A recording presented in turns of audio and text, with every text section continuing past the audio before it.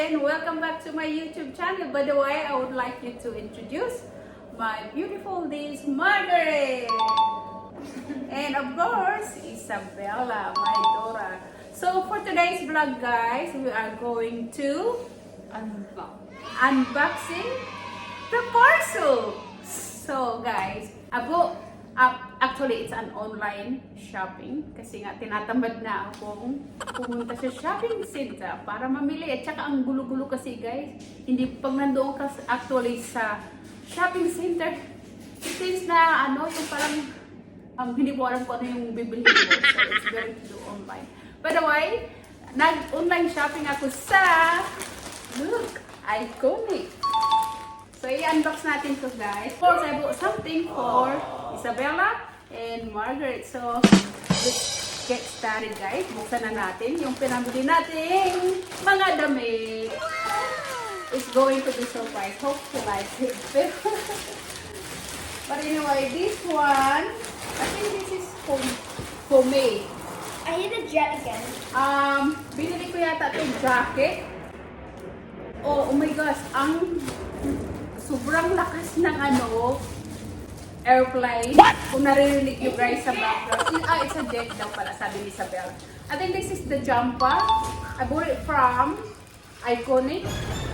This is for the winter one because we're going to snow again. Kasi isa lang yung jacket ko guys. So this one, medyo malaki siya.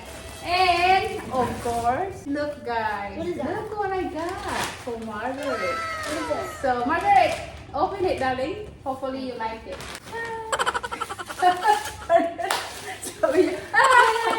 But anyway, so nung dumating siya dito, binigyan ko siya ng sapatos. Color white siya. Kaso lang kulay white siya. Ang problema, kung bibili ako ng white, ang problema, nagustuhan ng mama niya nung nandun kami sa Melbourne. So, na-arbor yung shoes niya. Oh no! Kaya bumili ako ng another Converse shoes. Kaso lang may takong siya.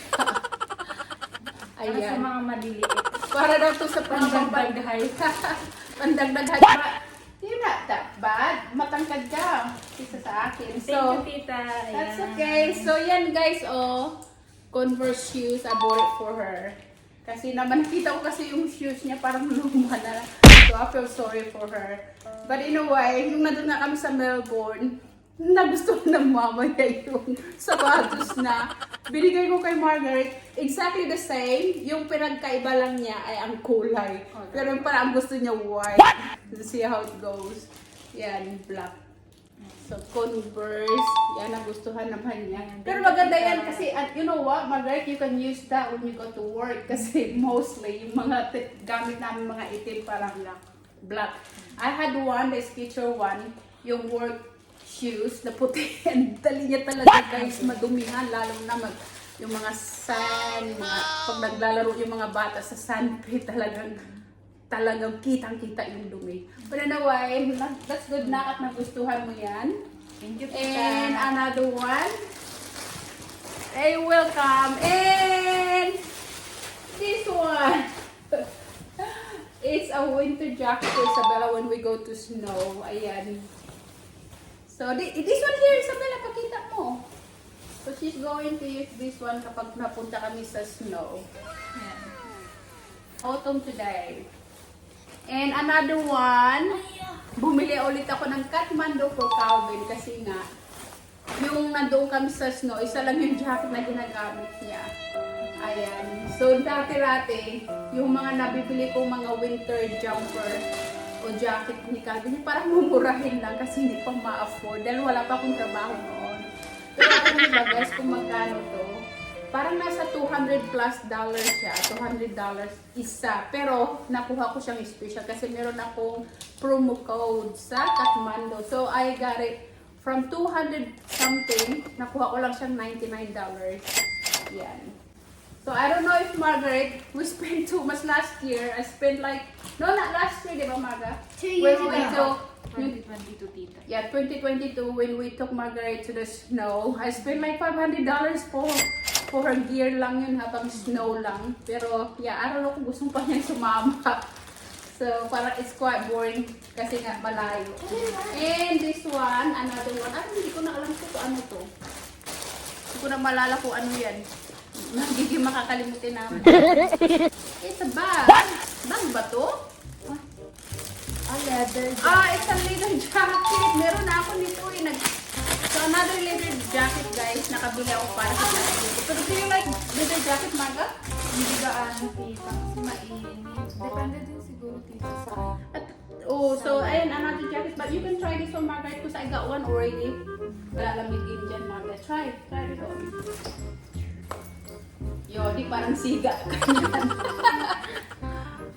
Bagay sa'yo, Marga. See? Tama-tama lang. And then you can put something inside too. We have a same from Zara naman. Yan. Ayan siya, guys. Ayan, pang siga na yan. Kapartner na ni Coco Martin kasi I know that Coco Martin likes leather jacket. Yan. Tapos yung sa akin naman, guys, bumili ako ng dalawa. Isa naman sa akin. This is from, it's free.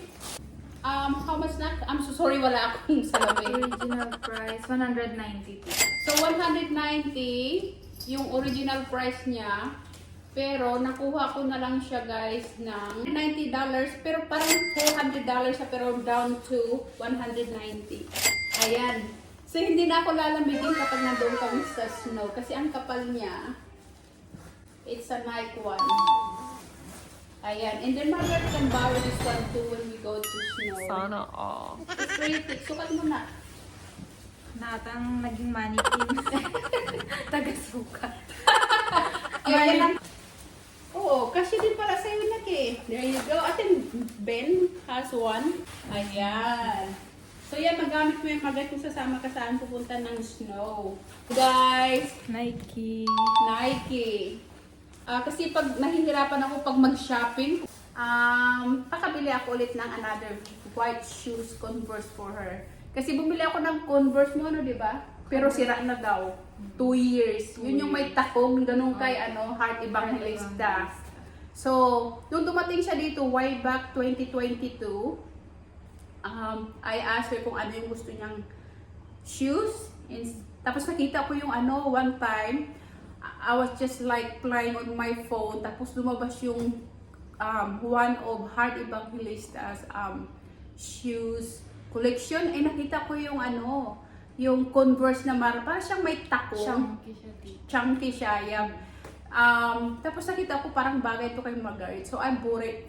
Parang that was like a 200 plus back in 2022. Tapos yun, nga tinatanong ko sa kanya, nung dumating siya ulit dito, pagdating niya dito sa Australia, hinanap ko sa kanya yung sapatos na kauna-unahang binigay ko sa kanya. Sabi ko, nasaan na yung sapatos na binigay ko? Yung sagot mo, sira na.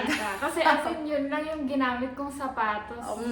Tita, since last year, as in wala na talaga. Wala daw siya. Yun lang yung parang pinang-araw-araw na na yun. So, yun, I'm hoping kung siya, makapag-stay hanggang December, you never know, I'll get another one for her sa Christmas, hopefully. But I'm gonna get, anong kulay yung Marga? White? Army Black. green, tita. Army Army green. green. Green? Army green, tita. It's a green daw pala, army green daw. Wala na yung Converse kasi 1.5 year ko din siya, titang nagamit. Nagamit. And then araw-araw sa school.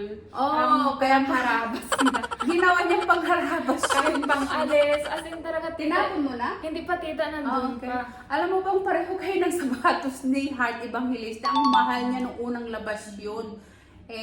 Wala tayong magawa, inaraw-araw na. Kaya Ayun lang din parang- tita yung sapatos ko na. Kaya, No pero tita. yeah, tingin-tingin tayo ulit. Hopefully na mag-special siya rito. Kasi dito ang kagandahan dito guys, kasi member ako.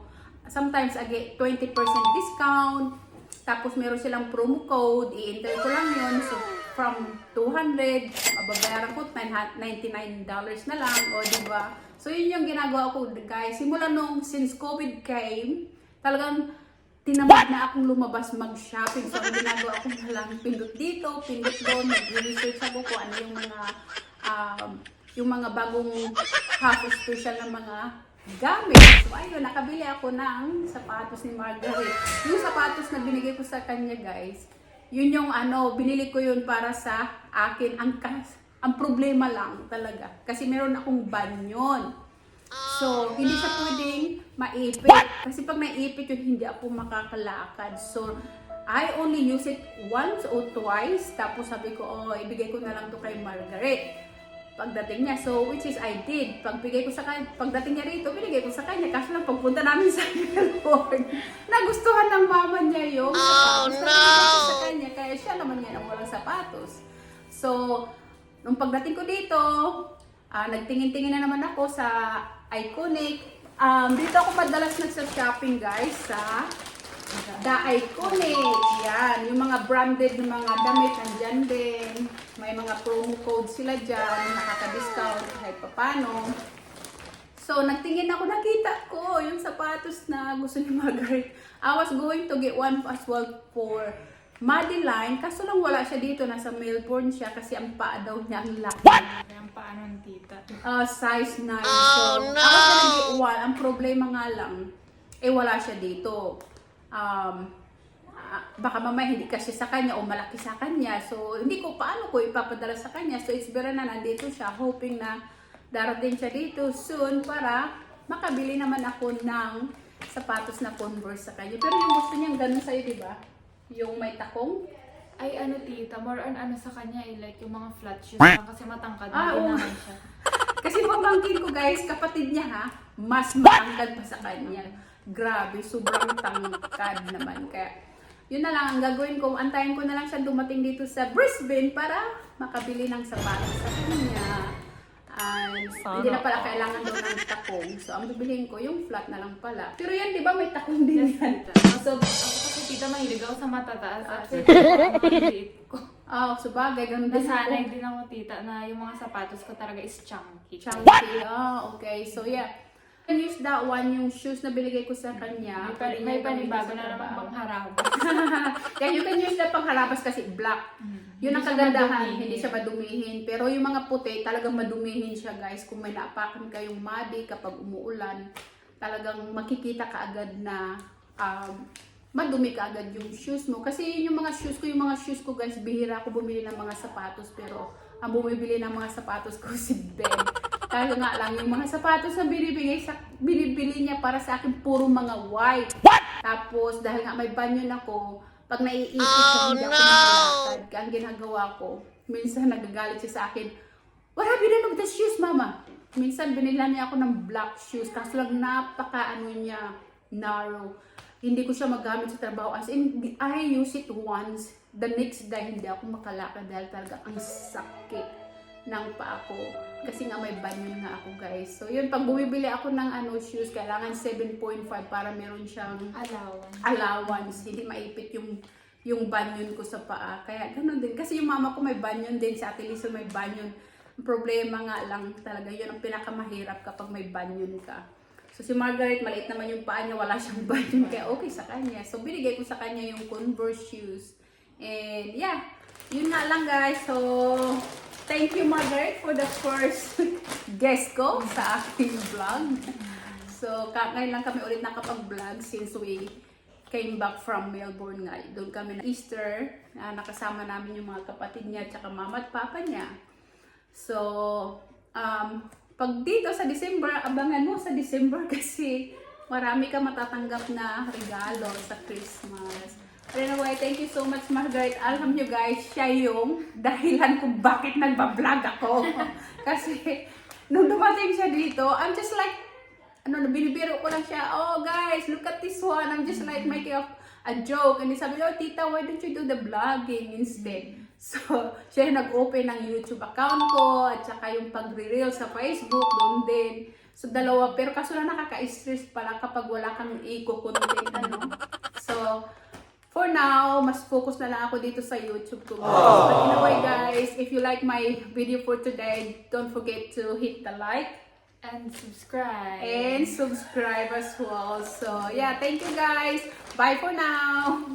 Bye. Hi guys, and welcome back to my YouTube channel. So for today's video, I'm gonna show you guys, and of course, I have a special announcement.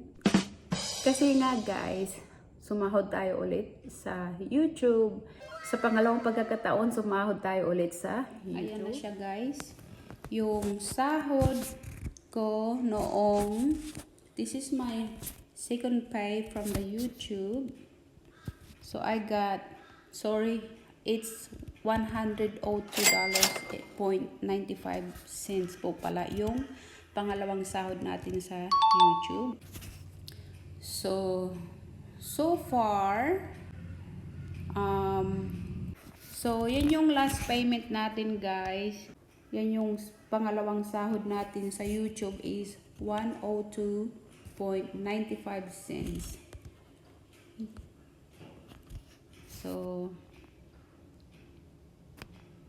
So ayan siya, guys. So nandito, kung napapansin niyo guys, nandito yung last payment. It was March 21st of this year. So yan yung sinahod natin, 102.95. So sakto 1 year siya, guys, bago ulit nagka-sahod sa YouTube. But that's alright. I don't mind. Wala naman tayong problema dyan. Better than nothing, di ba? But anyway, sign out na tayo. Alright, guys, umpisahan na natin kung sino yung lucky winners natin for this month na magbibigyan ng 5,000 pesos. And isa-shop lang natin. 1, 2, 3, 4, 5, 6. And congratulations in advance kung sino man yung papipili ni Well of Name na bibigyan ng 5,000. How exciting!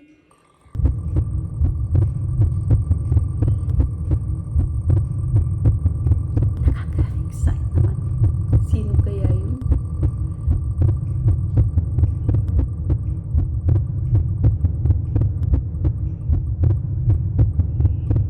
Ayan na! Sino? Ayan! Congratulations kay Aiki Jumao 6. Congratulations! Ikaw yung maswerteng nabigyan ng 5,000. Nako! Sana makatulong ito sa pamilya mo. Of course.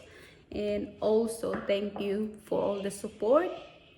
Sana wag kayong magsawang mag-support dito sa channel natin. Yung sasahurin naman natin ay pamimigay natin doon sa mga lucky viewers natin. And of course, yung mga subscriber natin sa YouTube. Thank you sa inyong lahat. And sana po wag kayong magsawang mag-support sa channel natin kasi kahit papano ay nakakatuwa naman at nandyan kayo palagi. So anyway, kay Aiki Jumaos, congratulations. Ikaw ang nabigyan this month ng 5,000. Sana po makatulong ito sa inyo. And God bless. So, kung yung mga hindi pa nabigyan ng 5,000, huwag kayong mawalan ng pag-asa, guys, kasi pipili pa naman tayo, basta active lang kayo. At of course, kapag nanonood kayo ng video, don't forget to like, comment, and share the video as well. And of course, subscribe. So, para kahit papano ay makatulong po sa iba yung channel natin. But anyway, thank you and God bless you guys. Bye for now.